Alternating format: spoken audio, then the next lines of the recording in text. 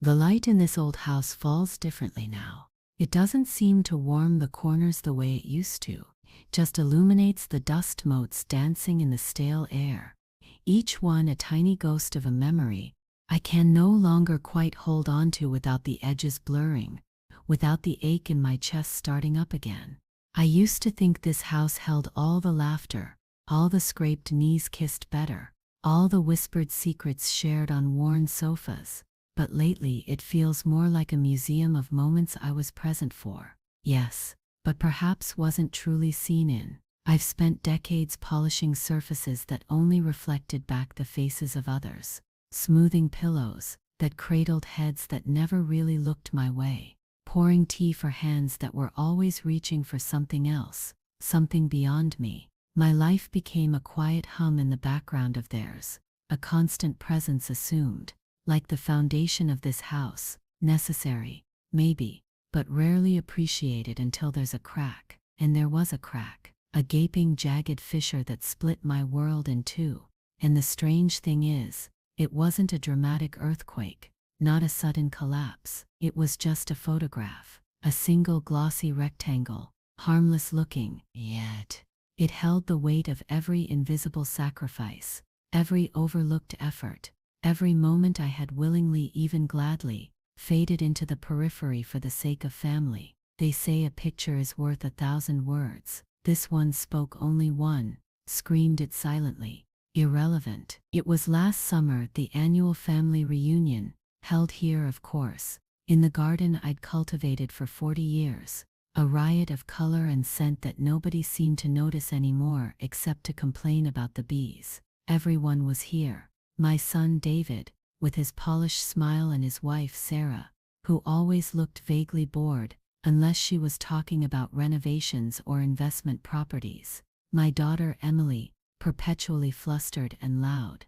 with her husband Mark, who said little but watched everything with unnervingly still eyes, and the grandchildren growing up so fast I could barely keep track of who liked juice and who demanded sparkling water, a new generation already inheriting the family trait of selective vision. The air was thick with the smell of barbecue smoke and the forced cheer that always accompanies mandatory family gatherings. Once the children are too old for party games, I moved among them, refilling chip bowls, collecting empty glasses, nodding and smiling, performing the familiar ballet of the matriarch hosting her flock. It was a role I knew intimately, a costume I wore without thinking. I asked about their lives, listened to their carefully curated anecdotes. Says David's latest triumph at the firm, Sarah's Pilates class schedule, Emily's endless struggles with her rebellious teenager, Mark's golf handicap. My own life? It wasn't a topic of conversation. It never really was. It was just assumed I was here,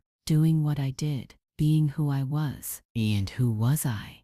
Exactly. The woman who made the potato salad, who remembered everyone's allergies, who kept the house clean and the garden tidy, the silent hub around which their busy, important lives revolved. I saw it then, clear as day, though I'd denied it for years. They saw me not as a person with needs and feelings, but as a resource, a comfortable place to gather, a convenient babysitter, a source of potential inheritance. The moment arrived, as it always did, just as the sun began to dip below the old oak tree at the edge of the lawn, casting a golden light that Sarah always insisted was perfect for portraits. James, Emily's eldest, who was dabbling in photography, was designated the official picture taker this year. He was positioning everyone, calling out instructions. Okay, Mum, Dad, you stand here. Save David, Sarah, Emily, Mark, put the kids in front. There was a bit of shuffling, polite jostling for position, the usual awkwardness of arranging a group of people who weren't quite comfortable standing still together. I was standing slightly to the side and gathering up stray paper napkins. In a phonore and other. Save the one hosting, the center point of this gathering, the mother and other. But the call never came. James looked through the lens, adjusted a setting. Okay, everyone ready. Look at the camera. Big smiles. Click. And just like that, it was done. They turned.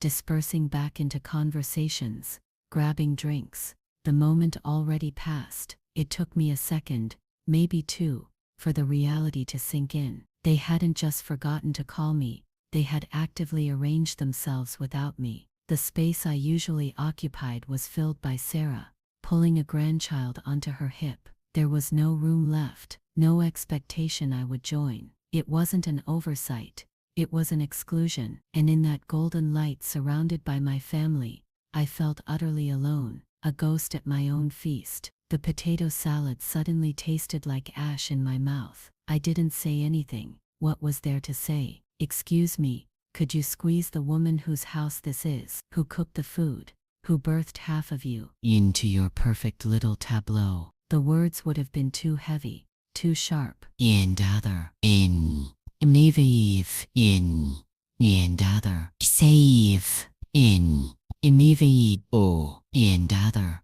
It was the truth, accidentally revealed. We just wanted a picture of us, the S that no longer included me. I managed a small tight smile, one that didn't reach my eyes, and continued collecting the napkins. I saw Sarah later that evening, scrolling through photos on her phone. She held it out to David, a small triumphant smile on her face. Look honey, isn't this one lovely? Finally a good family shot. I glanced over. There they were, all of them, bathed in that deceptive golden light, looking happy and complete. My absence wasn't even a gap, it was just not there, like I had never been. It was then, watching them admire their perfect, carefully curated image, that the quiet hum inside me didn't just stop, it snapped. Something fundamental broke. It wasn't about the picture itself, of course. It was about what the picture represented, the culmination of years of being background noise,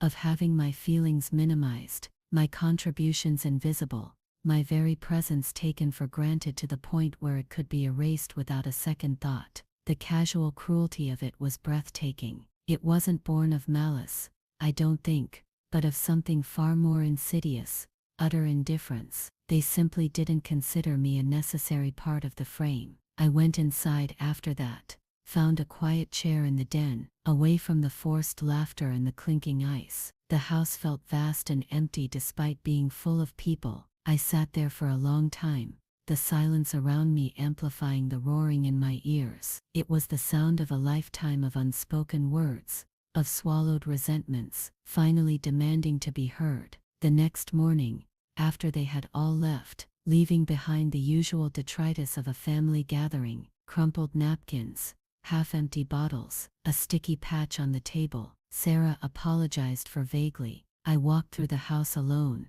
The quiet was profound, too profound. It echoed with the absence they had so easily imposed on me the day before. I went upstairs into my bedroom, a room that suddenly felt less like a sanctuary, and more like a holding cell. I stood by the window, looking out at the garden, now quiet and still, the colorful blooms oblivious to the drama they had witnessed. And then I saw it, propped up on the mantelpiece in the living room, where they always displayed the latest family portrait, was the photo, the one taken yesterday. I walked downstairs slowly, each step feeling heavy, deliberate. I stood in front of it for a long time. There they were, David, smiling that practiced smile. Emily, trying to wrangle a grinning grandchild. Mark stoic beside her. The other grandchildren, a blur of youthful energy, a perfect family unit, complete. Without me, the golden light felt like a mockery. It wasn't just a photograph, it was a statement, a definitive declaration of who belonged and who didn't. And I didn't. My fingers traced the edge of the frame, cold and smooth.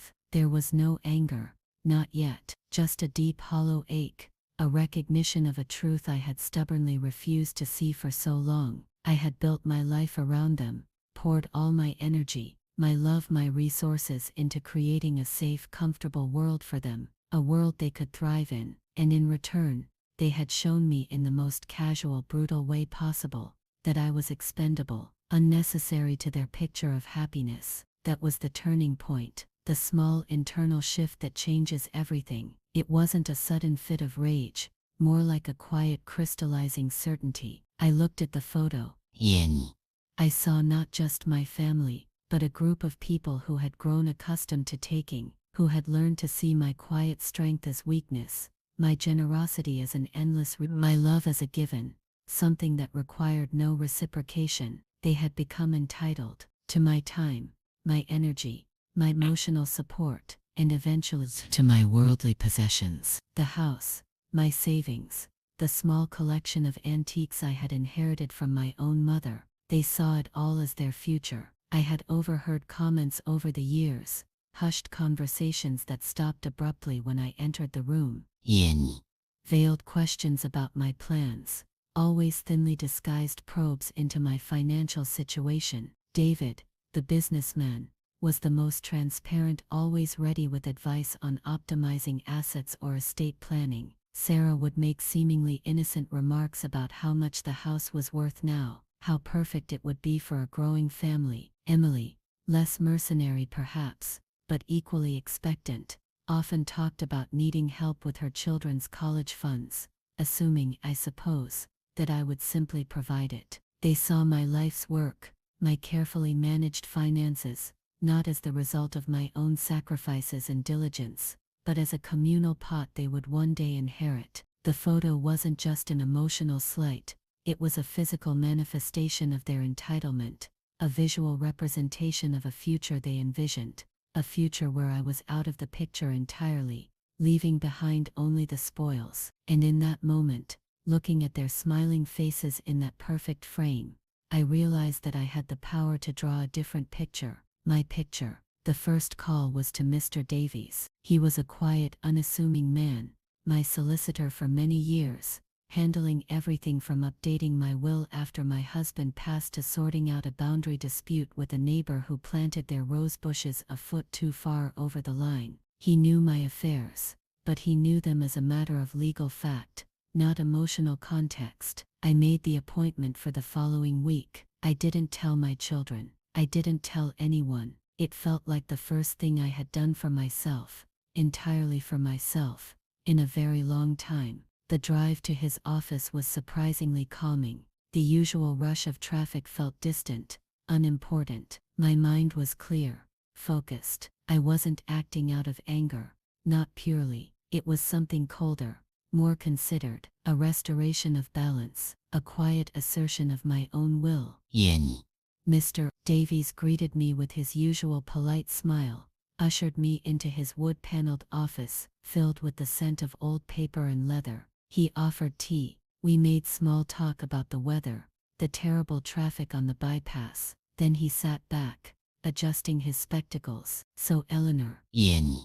he said gently, you said on the phone you wanted to discuss changes. Yes, Mr. Davies, I replied, my voice steady, surprising myself with its firmness. I want to revise my will, and I want to establish a trust. He nodded, pulled out a notepad. Very well. We can certainly do that. Have you given some thought to how you'd like your assets distributed? I have, I said, and then I laid it out. Not everything at once, but the basic framework. The house, the savings, the investments, the antiques. He listened, his pen scratching quietly on the paper. He asked clarifying questions, his tone professional, neutral. And your children, David and Emily, your grandchildren, he prompted, his eyes meeting mine briefly over the top of his spectacles. This was the crucial part, the part where I deviated from the script they had all assumed I would follow, the part that was directly connected to a golden-lit photograph on my mantelpiece. I took a slow breath, gathering my thoughts, not just the legal specifics, but the emotional landscape that had led me to this point. My children, I began, choosing my words carefully, will be provided for, indirectly, but not in the way they might expect. Mr. Davies paused his writing, looking up with a flicker of something in his eyes. Not surprise, exactly, more like an alert curiosity. He was a good lawyer. He knew when a standard request was veering into something less common. Indirectly, he prompted. Perhaps you could elaborate on your intentions, Eleanor. It's important that your wishes are clearly documented. I nodded. Yes. I want the bulk of my estate, the house, the significant financial assets placed into a trust. I explained the structure I envisioned. It wasn't going to be a simple dispersal of assets upon my death. It was going to have conditions, and the primary beneficiaries were not who they thought they would be. I explained about the scholarships I wanted to fund in my name at the local community college for students pursuing trades, practical skills, not just academic degrees. People who worked with their hands, who built things, fixed things, served their communities in tangible ways. People whose contributions might otherwise be overlooked, much like I felt mine had been. I explained about the portion designated for the local animal shelter, a cause always dear to my heart, another place where silent, unacknowledged needs were met with quiet dedication. And I explained about the smaller bequests to a few key people who had shown me genuine kindness and respect over the years. My neighbor Mrs. Henderson, who always checked on me, the young man who mowed my lawn and refused to let me pay him extra for tidying the flower beds, even the kind cashier at the grocery store who always remembered my name. These were people who saw me, not just what I could provide. Mr. Davies listened, his expression unreadable but attentive. He asked about my children again. And David and Emily's share, he inquired. They will each receive a specific smaller bequest, I explained, keeping my voice level. A sum that is comfortable, certainly, but not the substantial inheritance they have likely anticipated. I didn't elaborate on the photo, on the casual cruelty, on the lifetime of feeling invisible. That wasn't necessary for the legal document. That was the emotional truth that fueled the legal action, but it stayed within the confines of my own heart. Mr. Davies didn't pry. He simply noted down the details, the specific amounts, the names of the alternate beneficiaries for the trust, and the conditions for the trust's dispersal. He asked. This was another layer, the one that introduced the complexity, the potential for difficulty. I explained that the trust would be managed by an independent trustee, someone impartial. The funds would be distributed according to the trust's terms, fulfilling the designated purposes, year after year. The house itself, the physical symbol of my life, would eventually be sold, with the proceeds also going into the trust. I wasn't leaving them the house, not the house I had poured my life into, the house they saw as theirs for the taking. That particular symbol of my existence, the one they took for granted, would serve a purpose far beyond their expectations. As I spoke, I felt a strange sense of detachment, as if I were discussing someone else's life, someone else's assets. But beneath the detachment was a deep, quiet satisfaction. This was agency. This was reclaiming control. This was ensuring that my life, my work, my sacrifices, would amount to something meaningful, something that reflected my values, not just their expectations. Mr. Davies continued his meticulous note-taking, occasionally asking for clarification on specific clauses. We discussed potential legal challenges. He was obligated to raise the possibility. Your children may contest the will, Eleanor, he warned gently, especially if they believe they have a strong claim, or if the terms deviate significantly from typical arrangements. I met his gaze directly. Let them, I said calmly. The prospect didn't frighten me. It felt, in a strange way, inevitable, and I was prepared. The battle hadn't been fought in hushed tones or tearful confrontations. It had been fought and won, silently within me. The legal documents were just the formal declaration of the outcome. Over the next few weeks, Mr. Davies and I worked through the details. The language of the trust was precise, legally watertight. We considered various scenarios, closing potential loopholes. I learned about fiduciaries and beneficiaries and clauses I'd never imagined existing. It was complex, intricate work, but every step felt like I was rebuilding something, not just my estate plan, but my sense of self. I wasn't just the woman who made the potato salad anymore. I was the woman who was orchestrating the future of her legacy, ensuring it served a purpose she deemed worthy. During this time, my children continued their lives, oblivious. They called occasionally, their conversations orbiting around their own needs and minor dramas. David called to ask if I could watch his dog while he and Sarah went on a last-minute trip. Emily called, sounding frantic, because she'd double booked herself and needed me to pick up her youngest from school. I said yes to both requests. My interactions with them were outwardly unchanged. I listened. I offered quiet advice. I performed the expected duties. But internally, everything was different. It was like observing actors in a play, knowing their lines and their blocking. While I held the secret rewritten script, I saw their entitlement more clearly than ever. The casual way they assumed my availability, my resources, my willingness to slot into whatever role they needed me to play in their lives. They were making plans, buying things, investing in futures they believed would be cushioned by the inheritance they felt was their birthright. It was an inheritance based on the simple fact of genetic connection, not on any true understanding or appreciation of who I was, or what I had given. The irony was thick enough to choke on. They were banking on a future built on a foundation they had failed to acknowledge, on a person they had effectively written out of their current narrative. The family photo remained on the mantelpiece. I didn't take it down. I looked at it every day, not with the initial sharp pain, but with a kind of quiet resolve. It was a reminder, a tangible symbol of the moment their unspoken indifference became undeniable, and it was a counterpoint to the quiet work I was doing with Mr. Davies. The trust document was growing, pages filled with legal jargon that represented my deepest convictions. It felt powerful, this silent act of redirection. My energy, my resources, were being channeled towards lives that needed support, towards causes that would genuinely benefit, towards people who understood the value of quiet, consistent care, the kind I had given freely for so long. There were moments of doubt, of course. Late at night, the what-ifs would creep in.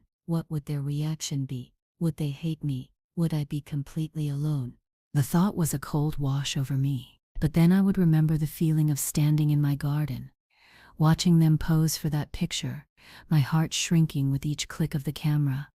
I would remember the years of being the one who was always there, always available, always giving, and the casual way they received it, like rain or sunshine, a natural part of their landscape, not a deliberate act of nurture. And the doubt would recede, replaced by that hard, quiet certainty again. I wasn't doing this to punish them. Not primarily. I was doing it to honor myself, to ensure that my life's work, my identity, wasn't simply consumed by people who didn't truly see me. It was about creating a legacy that was mine, that reflected my values, that would make a difference in the ways I believed mattered. Then came the time for the conversation. It couldn't stay a secret forever, although a part of me toyed with the idea of letting them find out after I was gone. But that felt like a different kind of silence, a final passive-aggressive act. I wanted them to hear it from me, to understand that this was a deliberate choice, a consequence, not a whim, not senility, but a clear-eyed decision made by the woman they thought they knew. I invited them for dinner. Not a big reunion, just David and Sarah, Emily and Mark. A weeknight, quiet, in the dining room I rarely used anymore, the room with the formal air, suitable for serious conversations. I cooked their favorite meal, a final, perhaps ironic, performance of the nurturing mother role. The tension in the room was subtle at first, a faint hum beneath the polite conversation about work and school. They seemed relaxed, comfortable, anticipating a pleasant evening, perhaps with an unspoken undercurrent of expectation about the future. David made a joke about inheritance taxes. Sarah asked if I had thought about downsizing, freeing up capital. Emily talked about wanting to start a small business and needing seed money. They circled the topic like sharks, their casual remarks revealing the depth of their assumption. I listened. I smiled. I served the food. My hands were steady. My heart was beating a little faster, but my resolve was solid. After dinner, as we sat in the living room with coffee, the photo on the mantelpiece a silent observer, I decided it was time. I set down my cup. They turned towards me, their faces expectant. There's something we need to discuss, I began, my voice clear and steady. It's about the future. My plans. David straightened up, his business persona instantly clicking into place. Sarah adjusted her posture, looking attentive. Emily fidgeted slightly. Mark remained still, watching. I've been doing some thinking, and I've met with Mr. Davies. I've made some significant changes to my will, and I've established a trust. The air in the room shifted perceptibly. The casual, relaxed atmosphere evaporated, replaced by a sudden sharp focus. Their eyes were fixed on me, no longer casual or dismissive, but alert, wary. Changes? David asked, his tone carefully neutral, but his eyes sharp. What kind of changes, Mum? I took a breath. This was it. The moment the picture on the mantelpiece collided with the reality I had created. The house, I said, gesturing slightly around the room, and the majority of my assets will not be divided equally between you when I pass. There was a beat of stunned silence, then a ripple of disbelief passed across their faces. Sarah's perfectly composed expression faltered. Emily's eyes widened. David leaned forward slightly, his smile gone. Not divided. David repeated slowly, as if he hadn't heard correctly. What do you mean, Mum? Who else? The bulk of the estate, I explained calmly, choosing the formal language Mr. Davies had used, is going into a charitable trust. It will fund scholarships and support local charities. There are also specific bequests to a few individuals. I listed the causes, the scholarships, the animal shelter, the small sums for Mrs. Henderson and the others. As I spoke, their faces transformed. The initial disbelief hardened into something else, confusion, then annoyance, and finally, outright anger. Their entitlement, so long hidden beneath a veneer of politeness, was cracking, revealing the raw, ugly core beneath. Sarah burst out, her voice rising, losing its carefully modulated tone. Scholarships. Mum, are you serious? What about us? Your family? Yes, Mum.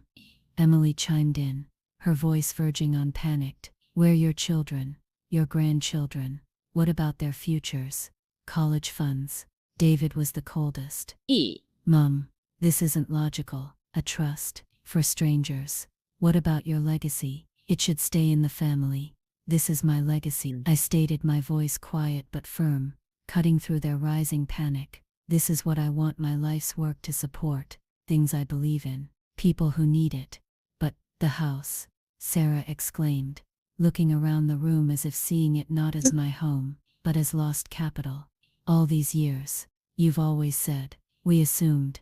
You assumed many things, I said, my gaze sweeping over their faces. The moment felt surreal, the culmination of so much unspoken history. You assumed I would always be here, quietly managing things, making everything comfortable, asking for nothing in return. You assumed my only purpose was to support your lives, your plans, your expectations. You assumed that because you were my children, you were automatically entitled to everything I had worked for. The air crackled with unspoken accusations. They looked at me as if I were a stranger. This quiet woman, who had always bent to their needs, suddenly asserting a will of her own. But, why, Mum? Why would you do this? Emily asked, tears welling in her eyes.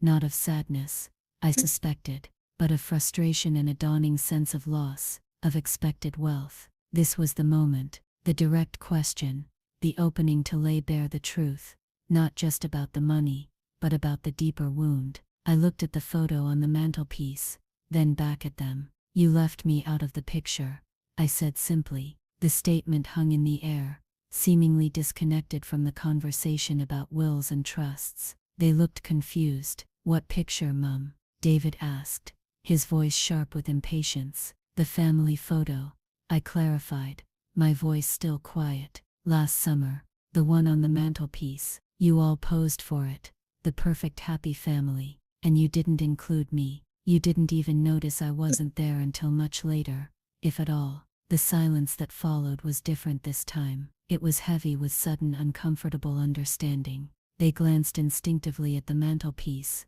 their eyes falling on the photo. They remembered, of course, they remembered. It was only me who hadn't been in it. Their reactions were a mixture of defensiveness and dawning horror as they connected the dots between a seemingly minor oversight and the monumental financial consequence. "Oh, Mum, that was just an accident," Sarah said quickly, trying to backtrack, her eyes wide with alarm. "We thought you were busy. It wasn't intentional, wasn't it?" I challenged softly, my gaze unwavering, because it felt very intentional. It felt like a clear statement of where I stood in your lives, not in the frame, not essential. David recovered his composure slightly, attempting a different tactic. "Mum, don't be sentimental. It was just a photograph. You're making a huge financial decision based on a trivial incident." "Trivial," I repeated, a small sad smile touching my lips. "Is that how you saw it? Another small thing belonging to Mum, not worth paying attention to." "That photograph wasn't trivial, David.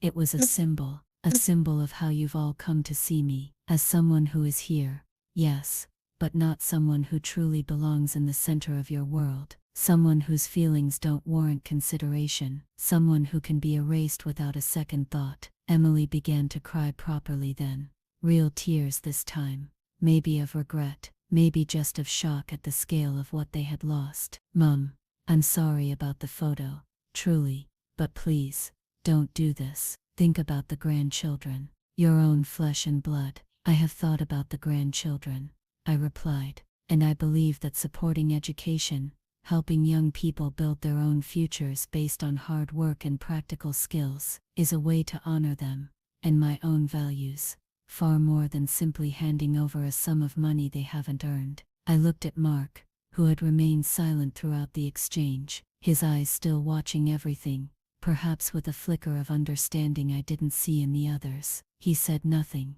His silence was a different kind of commentary. "You spent years assuming I was just waiting to provide for you," I continued, addressing them all, "that my life's work was simply a pot of gold at the end of the rainbow for you to collect. But my life's work is more than money and property. It's about values, respect, recognition, things that seem to be lacking." The tension in the room was unbearable. It was the sound of a lifetime of unspoken resentments finally being given voice, not in shouts, but in quiet, devastating truths. Their faces were a mixture of shock, anger, and a dawning bitter realization of the magnitude of their miscalculation. They had been so focused on the expected inheritance, on the material outcome, that they had completely missed the person from whom it would come. They had overlooked the source, the foundation, and now that foundation was shifting, directing its strength elsewhere. The power dynamic had irrevocably inverted.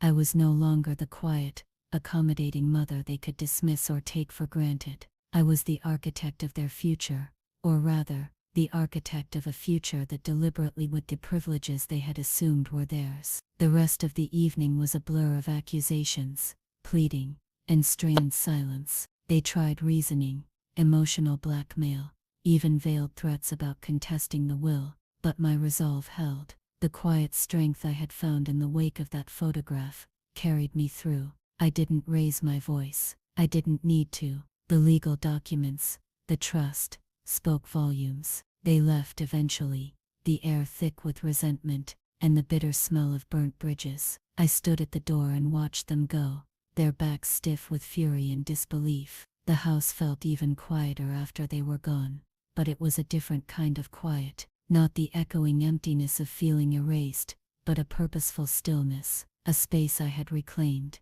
I walked back into the living room. The family photo was still on the mantelpiece, their smiling faces frozen in that moment of perfect oblivious completeness. I picked it up. I looked at it for a long time. It didn't hurt anymore. It was just a picture that had shown me a truth I needed to see, a truth that had set me free. I walked over to the fireplace, where a small fire was still glowing embers. I held the photograph above the flames for a moment, their faces illuminated by the faint light. Then I dropped it. It curled and blackened at the edges, the glossy surface blistering, the perfect family tableau dissolving into smoke and ash. It wasn't an act of vengeance, not really. It was a final release, acknowledging the past, watching it turn to dust, and stepping firmly into a future of my own making. The trust was my photograph now, my picture of the future, and in this one, I was finally truly the frame. Alone perhaps, in some ways, but seen, and that made all the difference. The quiet satisfaction settled deep in my bones. The house, my life, my legacy, it was mine to direct, and I had. The bitter taste of betrayal had been replaced by the bittersweet clarity of empowerment. The light in the old house still falls differently, but now, it feels like dawn, not dusk.